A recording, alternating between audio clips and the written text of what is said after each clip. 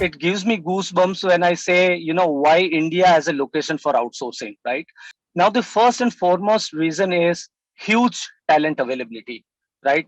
You go whatever part of the world within India, right? Whatever city you go, you have huge number of say graduates, postgraduates, chartered accountants. You have got different courses. I think I was looking at some of the different I would say universities or colleges. When I completed my graduation, there were minimal subjects which were available.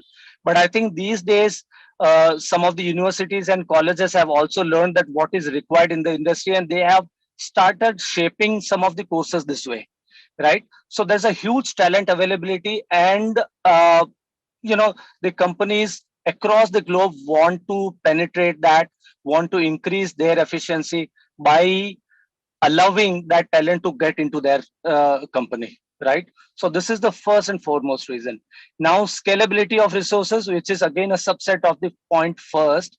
You have resources in all the fields, right? You have, we'll talk in the next slide about what kind of outsourcing which takes place, what are the different kind of outsourcing, what different fields, etc. We'll talk about, and then we'll see how the companies can sustain with their resources. Say if there is attrition of say 25% in any specific company, how difficult or how easy it is to get similar kind of resources back, and how quickly you can get.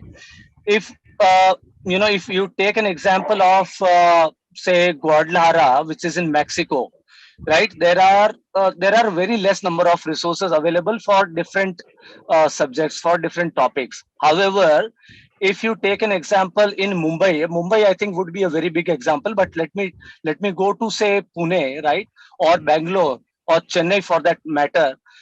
You get whatever kind of resources. You get language resources, you get resources who are very much trained in legal outsourcing, who are trained in say filing taxes for US, filing taxes for Australia. I think some, these kind of resources you'll not get across the globe, right? Now this becomes one of the very reason where it becomes easy for the companies to approach Indian companies to take up their work, right? And Indian companies also know that they have different you know different courses available from different universities where they would like to go to pick their freshers, etc., right? So then you have got your operation sustainability, communication style. Now communication style is one of my favorite subjects as well.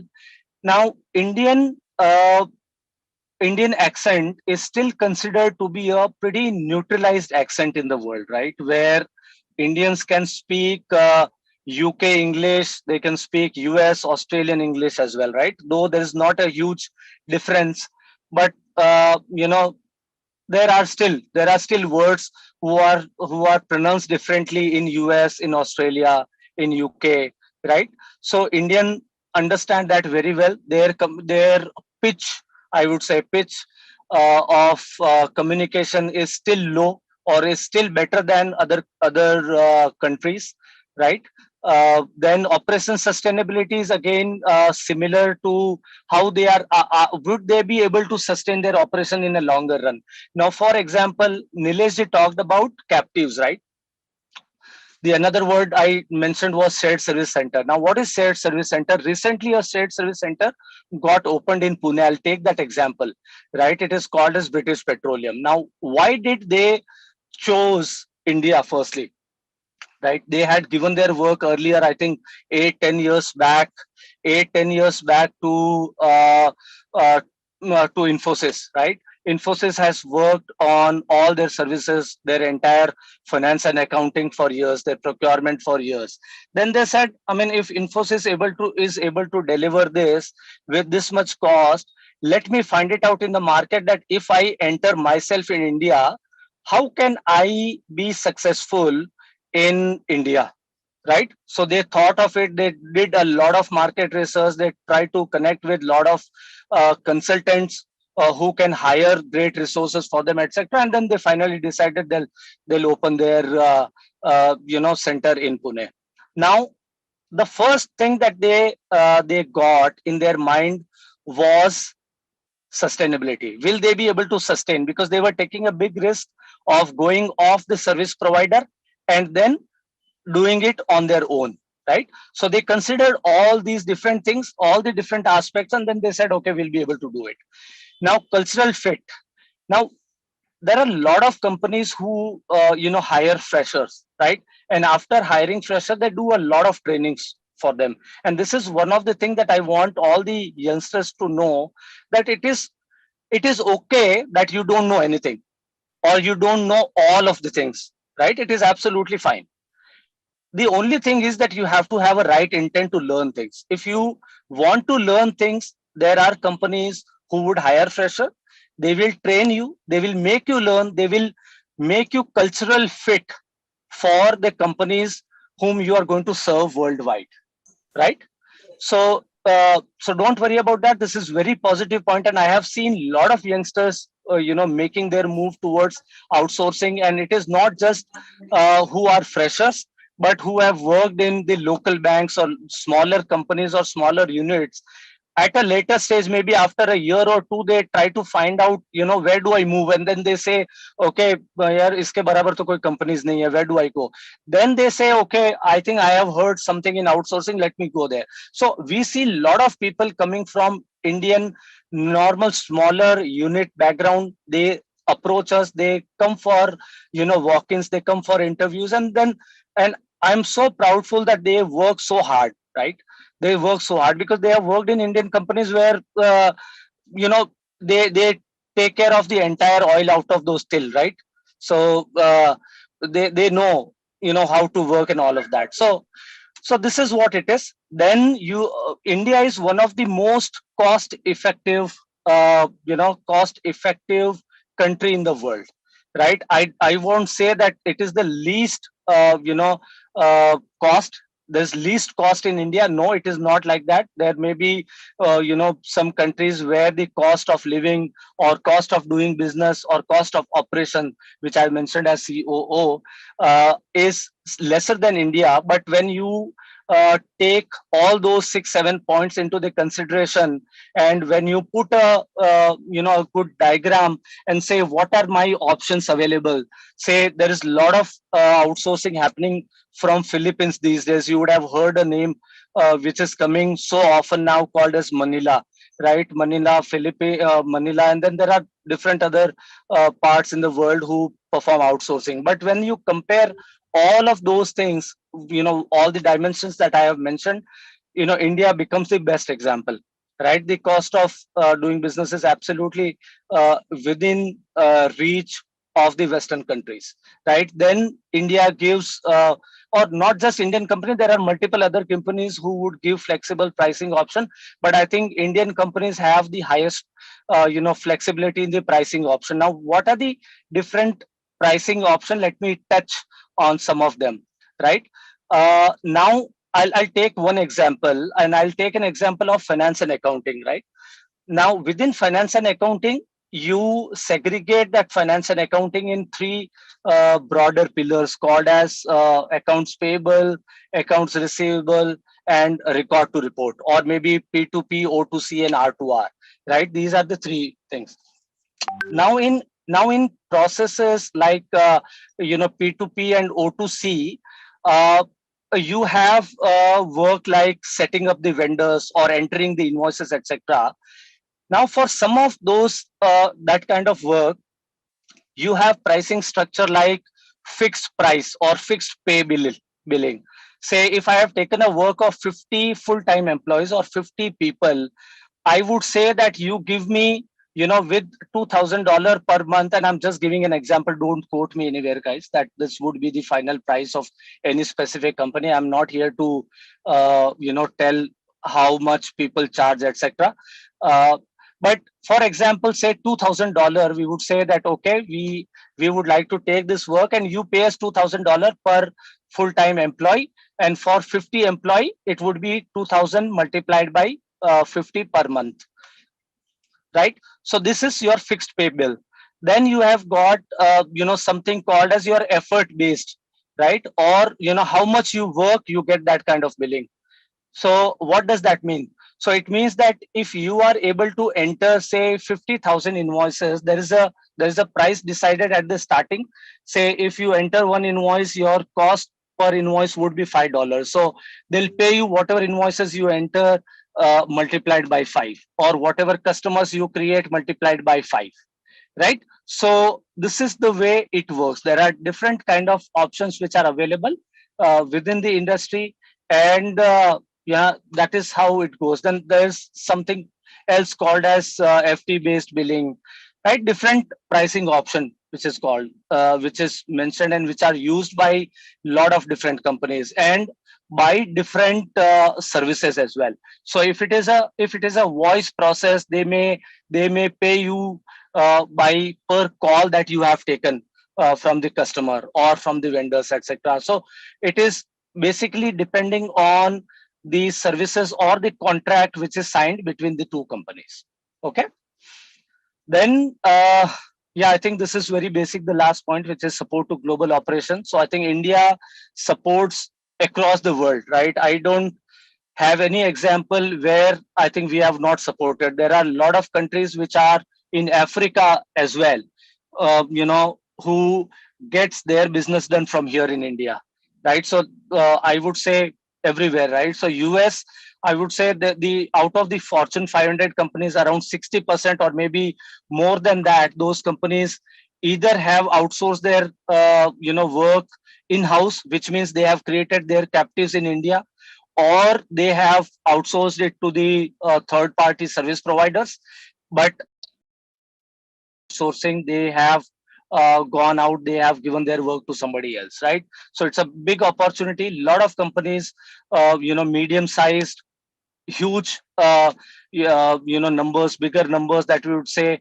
You would have heard Microsoft, you would have heard, I don't know if people have heard Nielsen. So Nielsen is a company who is into my market research, or you would hear this name along with the ABP, right? ABP News and Nielsen is giving this much prediction that, okay, these many seats will go to ABC party, right? So all of these work happens from India. Nielsen is a global company.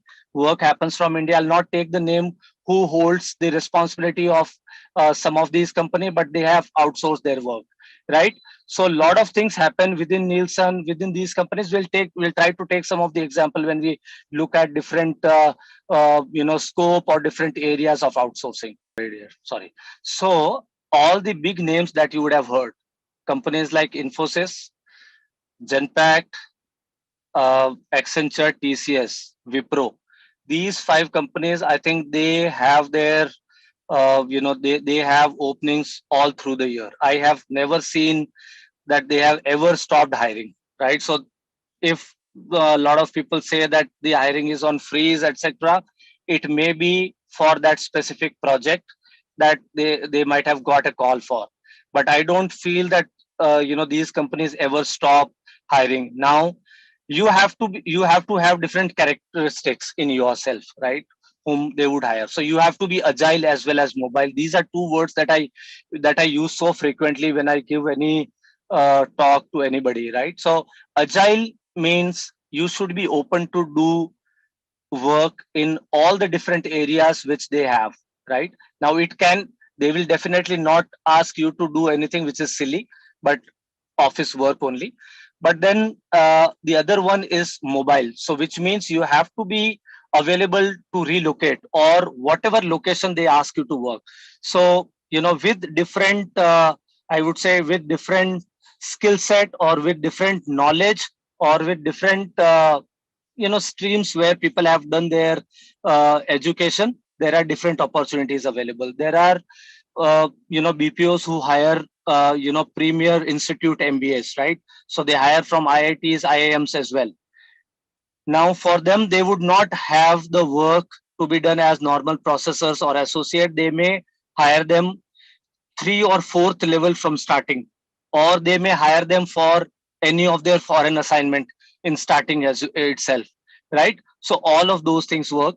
But then the thing is that it is absolutely good to check their pages. Whatever education background you have, try to search with that and see what is required, right? So in most of the companies for fresher, they would require good communication skill, understanding of their field, and then how good you are in train. Are you trainable, or are you open to learn, right? If you are open to learn, they are ready to make you learn, right? But if you are in the first interview itself, what people would say is, अरे sir Nagpur नको ना, मेरे को इधर पुणे में रखो, right? So if you tell such things, right, this is just an example, it becomes very difficult for people to survive. If there's an urgent requirement, and if they have excuse me, if they have hired you also, they would still like to move you within their department so frequently, and then they'll not make you sit there for some time to learn, right? And that is something really bad, I would say. I have myself worked in so many locations, right? I'll if time permits, in the end, I would like to take couple of minutes to tell them the story that how you can build your career, etc. But at this point in time, I think they'll these are some of the characteristics which I just talked about, which people should have in themselves to grow in this industry, to join firstly, not just grow but to join the industry. Yes, I think आपने जो एक point mention किया कि they groom you very well. So I think that's very good point because unless until you're groomed well, you're not ready for the next step. So if you're a fresher and even if you're experienced enough, but grooming is required in all the stages, I think.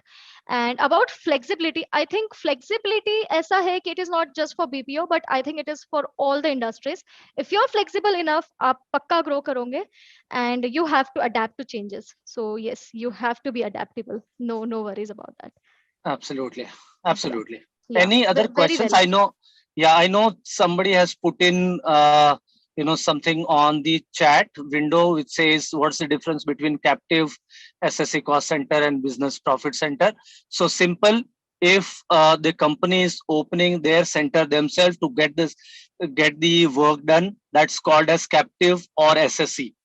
And if they are giving it to some service provider like TCS, Wipro, uh, say Accenture, Genpact, etc., that is BPO, right? So that is what it is.